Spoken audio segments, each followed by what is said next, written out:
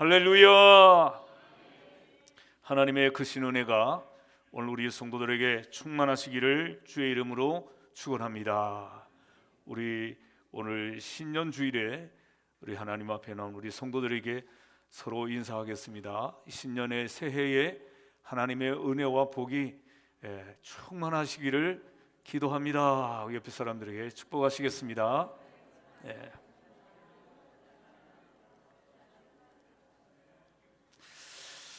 다 그렇게 될 줄로 믿습니다. 새해 첫 주일을 맞았는데 여러분들의 마음속에 일어나는 간절한 그 소망들이 하나님의 뜻 가운데서 아름다운 열매들이 많이 맺혀지고 하나님께 영광을 돌리게 될 줄로 믿습니다. 성경 말씀하시기를 누구든지 그리스도 안에 있으면 새로운 피조물이라 이전 것은 지나갔으니 보라 새 것이 되었도다 라고 말씀하고 있습니다. 이전 것은 다 지나갔습니다. 실패했던 것, 실수했던 것, 왠지 모자랐던 것, 부족했던 것 다 지나갔습니다. 오늘 이 새해에 하나님께서 우리 온 성도들에게 새 피조물의 은총, 새로운 하나님의 은총으로 충만하게 채워주실 줄로 믿습니다. 우리가 또 이런 말들을 하죠. 새해에는 첫 단추를 잘 끼워야 된다라는 말을 하지 않습니까?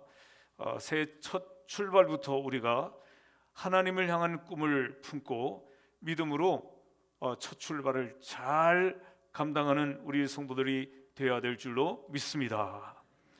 우리가 새해가 됐다 그래서 저절로 모든 것이 변화되는 것이 아니죠.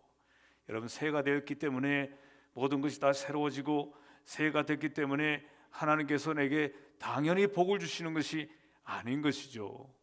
새해가 되었으면 우리는 새로운 결심과 새로운 각오와 새로운 꿈을 안고 가야 할 때라는 사실을 우리는 알고 이렇게 우리가 새 소망을 품는 새해 첫 주일이 되시기를 주의 이름으로 축원합니다. 이 새해가 되거나 또 새로운 시간이 시작되면 심리학적으로 새로운 시작의 효과라는 게 있다 그래요. 심리적으로 새로운 시작 효과라는 게 있다는 것입니다. 그래서 새해가 되거나 또 아니면 생일이 되거나 아니면 한 주간의 첫날 월요일이 되거나 그러면 사람들은 이런 시간에 경계가 생기지 않습니까? 새롭게 시작되는 경계가 생기게 되면 자기 자신을 분리하려는 경향이 있다는 거예요.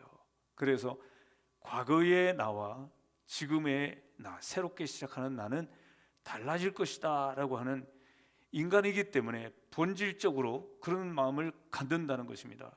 한 해가 바뀌고 새해가 왔기 때문에 오늘 우리는 과거의 작년의 나와 새해의 나는 달라질 것이다, 달라져야 된다 하는 이런 간절한 소망이 사람이기 때문에, 짐승은 없겠지만 사람이기 때문에 그것이 있다 하는 것입니다.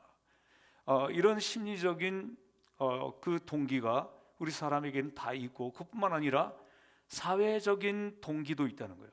많은 사람들이 다 새해에는 뭔가 새롭게 변화되고자 하는 그런 마음이 있는 것이죠. 그래서 해 뜨는 해도 보러 가고 그러는 이런 분위기가 있다는 게 이게 하나의 문화인 것입니다. 이런 문화적인 의식이 우리 주변 모든 사람들에게 있어서 그래서 그런 것이 동기가 되기도 한다는 것입니다. 그러니까 우리 인간은 본질적으로 과거보다 더 나은 사람이 되고자 하는 이런 욕구가 우리에게 사람에게 있다는 것입니다. 지난 날을 돌아보면서 성찰하면서 새해는 좀 더 나은 방향으로 가야지, 좀 더 나은 인생이 돼야지 이런 생각을 하는 것입니다.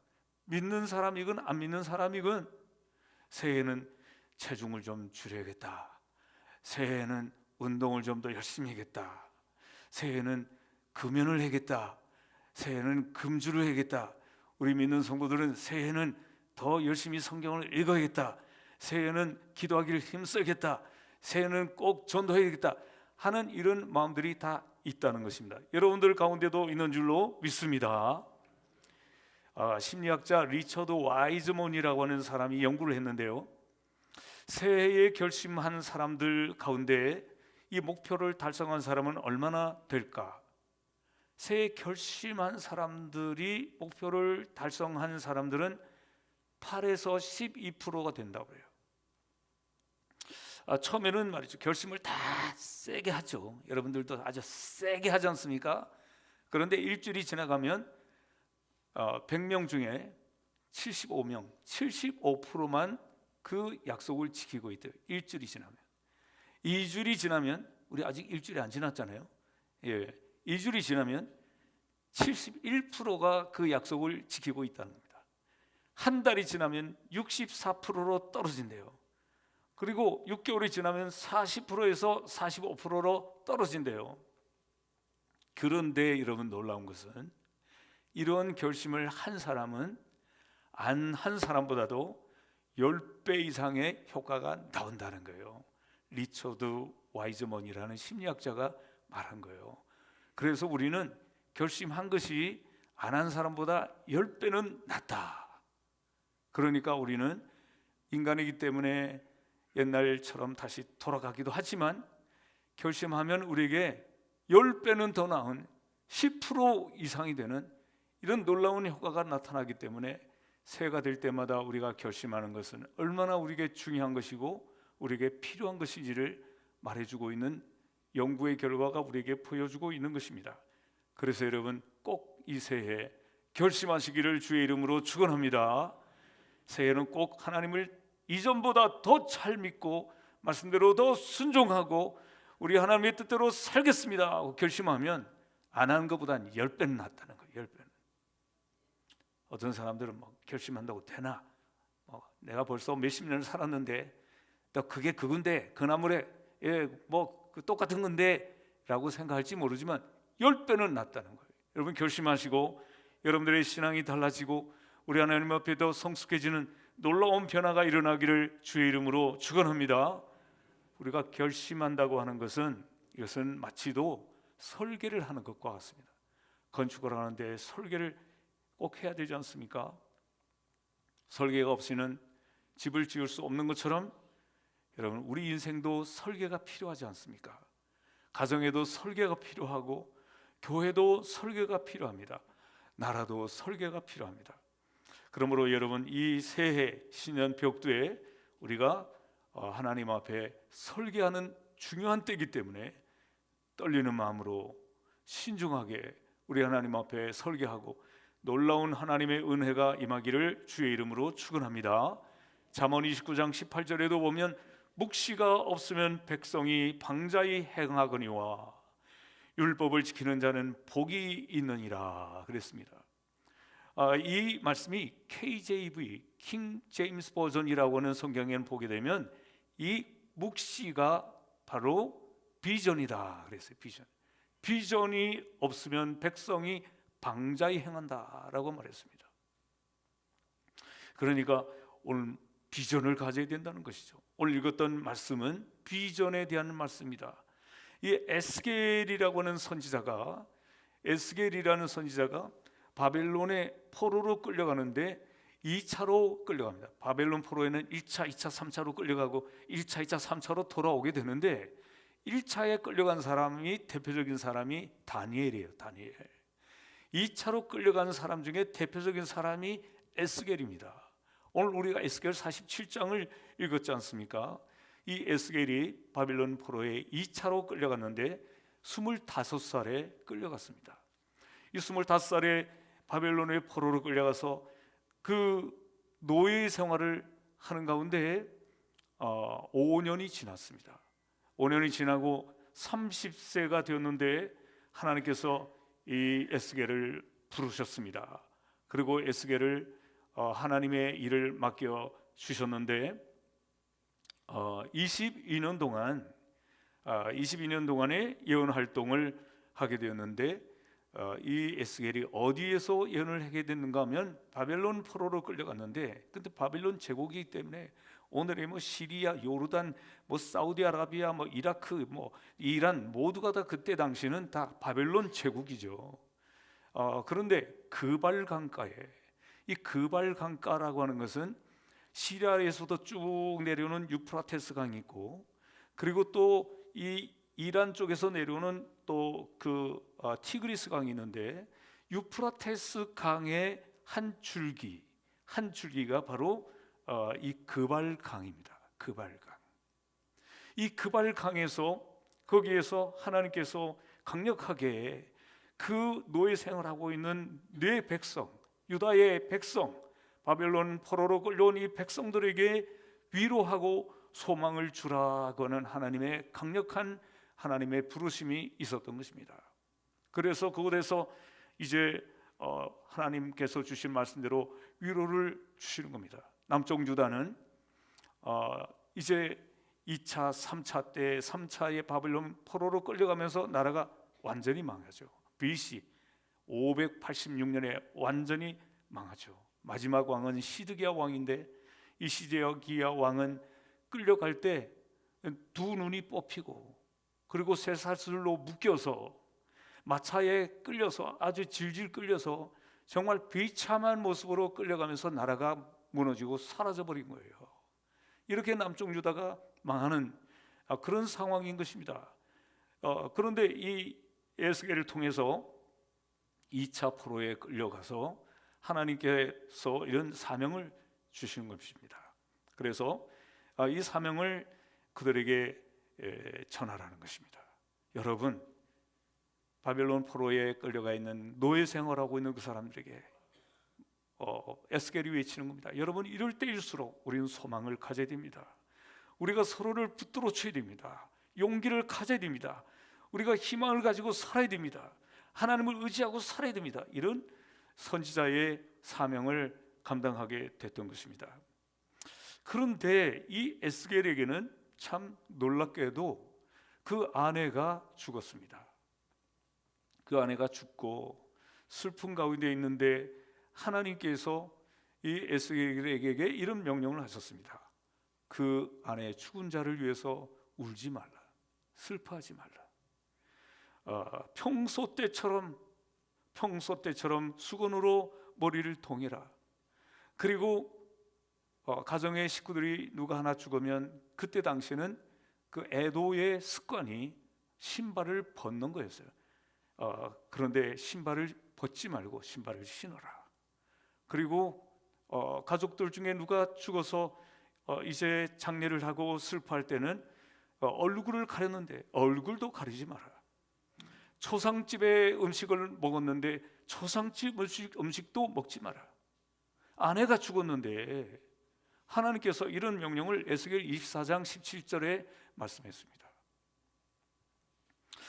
정말 사람의 생각으로는 왜 하나님은 내 아내가 죽었는데도 슬퍼하지 못하게 하시고 눈물도 흘리지 못하게 하십니까? 라고 말할 수 있었지만, 하나님께서는 더 어려움을 당하고 있는, 짓눌리고 짓밟히고 노예 생활하고 있는 저 사람들에게 위로를 주려면 바로 당신은 상처받은 사람의 모습으로 그들에게 위로를 줘야 된다 하는 것입니다. 그러니까 상처받은 이 에스겔이 그 백성들의 마음을 어루만져 줄 때 놀라운 변화가 일어나게 된 것입니다. 자기가 상처를 받았다고 숨어버리고 혼자 울고 그리고 통곡하고 이러는 것이 아니라 자기 아내가 죽었어요. 이렇게 아내가 죽은 가운데도 이제 그 어려움 당하고 있는 노예 생활하고 있는 그 유다 백성, 포로에 끌려와 있는 이 백성들에게 위로하고 고면했더니 이스라엘 모든 백성들이 그 말씀을 받아들이고 위로를 받게 되었다 하는 것입니다. 헨리 나우엔이라고 하는 유명한 분이 계시죠. 이분이 그런 얘기를 했습니다. 상처받은 치유자, 이런 얘기를 했습니다. 누구를 상담하고 위로를 하려면 상처받은 자가 치유할 수 있고 상담할 수 있다, 그런 얘기입니다. 오늘 이 에스겔은 얼마나 큰 상처를 받았습니까? 그런 마음을 가지고 이제 바벨론 포로에 가 있는 사람들에게 위로하고 또 그들에게 또 소망을 불어 넣었을 때 그들의 마음속에 큰 위로가 넘치게 되었다는 말씀입니다. 이런 상황에서 하나님께서 환상을 하나 보여주셨어요. 오늘 읽은 말씀이 바로 47장에 있는 말씀이 환상입니다. 33장부터 47장까지 쭉 환상의 얘기가 나오는데, 이 환상은 다 이 이스라엘 백성들 바벨론 포로에 끌려가 있는 사람들에게 위로를 주라는 말씀인데, 오늘 그 환상들 중에 한 가지 47장에 나와 있는 이 환상은 어떤 환상이었는가 하면, 성전에서부터 물이 흘러나와서 이 물이 흘러서 점점 물이 불어나고, 그래서 그 물이 사막을 향해서 쭉 흘러가서 사막이 완전히 사막이 살아나는 이런 환상을 보여주신 것입니다. 처음에는 물줄기가 조금씩 흘러나왔지만 이 작은 물줄기가 모여서 나중에는 큰 강을 이루게 되는, 그래서 그 사막을 살리는 이런 환상을 하나님이 보여주신 것입니다.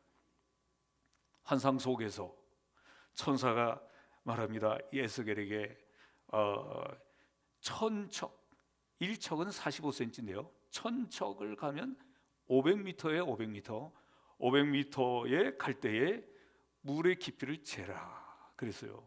500m를 가서 쭉 물이 흘러오는데 500m를 가서 물의 깊이를 재보니까 그 물의 깊이가 발목에 닿았습니다. 그리고 또 천사가 말합니다. 다시 500m를 가서 물의 깊이를 재라. 이렇게 해서 500m를 다시 가서 재니까 거기 가니까 무릎에 물이 와 닿았습니다. 그리고 천사가 말합니다. 다시 이 500m의 천척 500m를 가서 물의 깊이를 재라. 그래서 물의 깊이를 재니까 물이 허리에 왔습니다. 천사가 또 말합니다. 다시 500m를 가서 물의 깊이를 재라 하고 재보니까 물이 가슴에 와가지고 걸어갈 수 없이 헤엄을 쳐야만 되는 이런 환상을 보게 된 것입니다.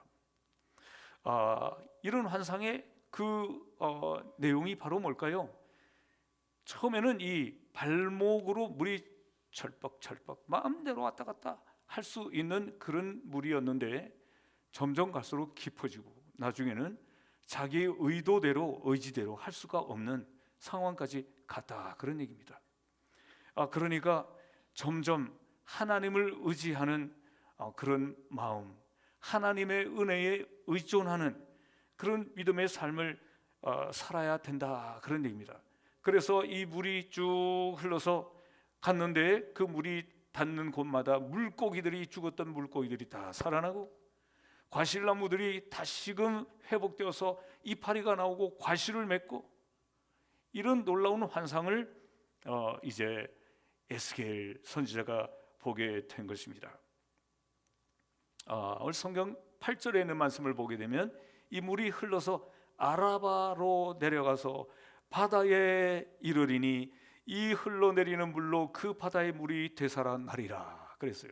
아라바라는 곳이 바로 어디 있는가 하면, 이 성경에 보면 이 시내산 삼각주가 이렇게 있는데 그 오른쪽에 보면 요르단이 있고, 또 그 하단 쪽에 보면 우리가 잘 아는 사우디아라비아가 있는데, 그쪽에 보면 말이죠 아카바만이라고 하는 바다가 밑에 쭉 있는데 거기까지를 말하는 거예요. 그러니까 그쪽은 아주, 아라바라고 하는 것은 땅이 척박하고 그곳은 아주 그 땅이 이제 황무지 같은 그런 땅인 것입니다. 그쪽에 보면 뭐가 있는가 하면 사해가 있어요. 바다. 사해는 우리가 잘 아는 대로 바다가 죽은 바다죠. 이 사해 물이 살아나게 될 것이다 라고 하는 희망을, 소망의 말씀을 환상을 통해서 보여준 것입니다. 오늘 이 환상은 말이죠, 이 물이 성전에서 나왔다 이거죠. 이 성전에서 물이 나와가지고 모든 황폐하고 척박한 땅들을 살렸다는 것입니다. 여러분, 물이 얼마나 중요합니까? 우리 사람의 몸에는 물이 70%라고 그러죠. 70%. 지구에는 말이죠, 지구 안에는 물이 71%래요. 그러니까 물은 항상 우리 몸에도 70%, 또 지구 안에도 물은 71%, 이 물이 없이는 사람이 살아갈 수가 없는 거죠. 마치도 이 물은 생명과도 같은 것입니다. 그래서 모든 문명은 다 물 때문에 일어났죠. 우리가 잘 아는 대로 나일강의 문명을 통해서 이집트 문명이 나오지 않았습니까? 또 인더스 강을 통해서 인도 문명이 나오지 않았습니까? 그리고 유프라테스 강을 통해서 그 바벨론 문명이 나오지 않았습니까? 또 양쯔강의 황하강을 통해서 중국의 문명이 나왔어요. 모든 문명은 강을 통해서, 물을 통해서 나온 것이란 말이죠. 이 물은 이렇게 중요한데 이 물이 흘러가서 황폐한 것을 살렸다. 이것은 매우 상징적인 말씀입니다. 예수님께서 뭐라고 말씀하셨습니까? 내가 주는 물을 먹는 자는 영원히 목마르지 아니하리라. 그렇게 말씀하면서 나를 믿는 자는 그 배에서 생수의 강이 흘러 넘치리라 그랬습니다. 예수님 자신 속에서 그 물이 생수의 강이 흘러 넘친다 그랬습니다. 오늘 이제 이 환상 속에서 이 물을 통해서 죽었던 것들이 다 다시 살아나는 이것이 바로 어디로부터 오느냐? 성전에서부터 온다. 이 성전에서부터 흘러나오는 물이 이렇게 죽었던 것을 살린다. 이 성전은 바로 오늘의 교회를 의미하고 있는 것입니다. 예수님 자신의 그 생명 대신에 이 땅에 탄생하신 하나의 공동체가 바로 교회죠. 교회. 예수님께서 성령을 통해서 교회를 탄생시키시고 이 교회를 통해서 예수님께서 당신이 생명수가 되는 것처럼 이 교회를 통해서 생명수가 흘러가게 해 주셔서 영혼들이 살아나게 해주시고 사회가 살아나게 해주시고 가정도 살아나게 하시고 또 나라도 국가도 살아나게 하시는 이 중요한 곳이 바로 뭡니까? 교회인 것입니다. 오늘 여러분 그러므로 이 교회를 사랑하고 이 교회를 통해서 이와 같이 생명수가 흘러날 수 있는 교회가 되도록 우리가 기도하고 소망하고 꿈꾸고 교회를 아끼는 사랑하는 우리 성도들이 다 되어야 될 줄로 믿습니다. 새해에 우리 교회를 통해서 이 생명수가 흘러서 많은 영혼들이 살아나고 정말 황폐한 땅과 같은 사막 같은 땅들도 이 생명수가 흘러나가서 그곳에서 나무가 다시금 자라나고 열매가 맺히고 죽었던 물고기가 살아나서 펄떡이는 그런 오늘 성경에 있는 본문에 있는 말씀과 같이 우리 교회를 통해서 놀라운 일이 일어나기를 꿈꾸고 소망하고 또 기도하는 우리 성도들이 되시기를 주의 이름으로 축원합니다.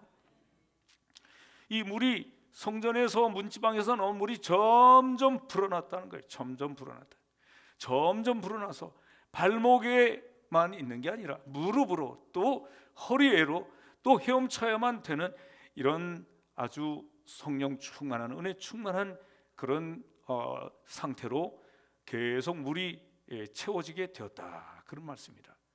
발목에 차 있는 것은 자기의 경험과 자기의 의지와 노력으로 신앙생활하는 모습인 겁니다.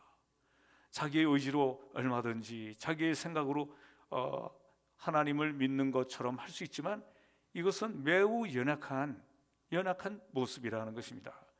어떤 깊은 체험이 없는 자신의 어떤 노력으로 자신의 어떤 공로로 신앙생활을 하려고 하는 이것은 매우 어린아이에 불과한 아주 어린아이에 불과한 신앙인 것입니다.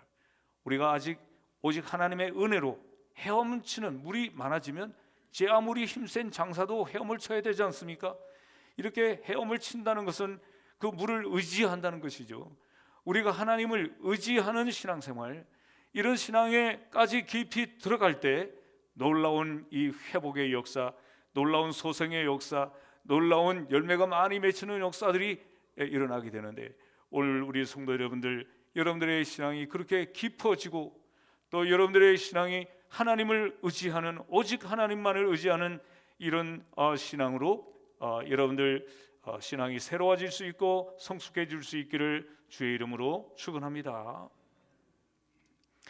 네, 이렇게 해서 생명수 강이 흐르는 곳마다 생명들이 살아나게 되고 아름다운 열매들이 맺혀지게 되었는데 사해 이 아라바를 지나서 바다에 이르렀는데 그 바다가 사해라고요. 죽은 바다라고요. 죽은 바다. 그 죽은 바다가 살아나게 되었다, 그런 얘기입니다. 여러분, 우리 바다는 염도가 3.5% 정도 된대요. 3.5% 정도가 되는데 이 사해는 염도가 얼마나 많은가 하면 26%에서 33%가 된대요.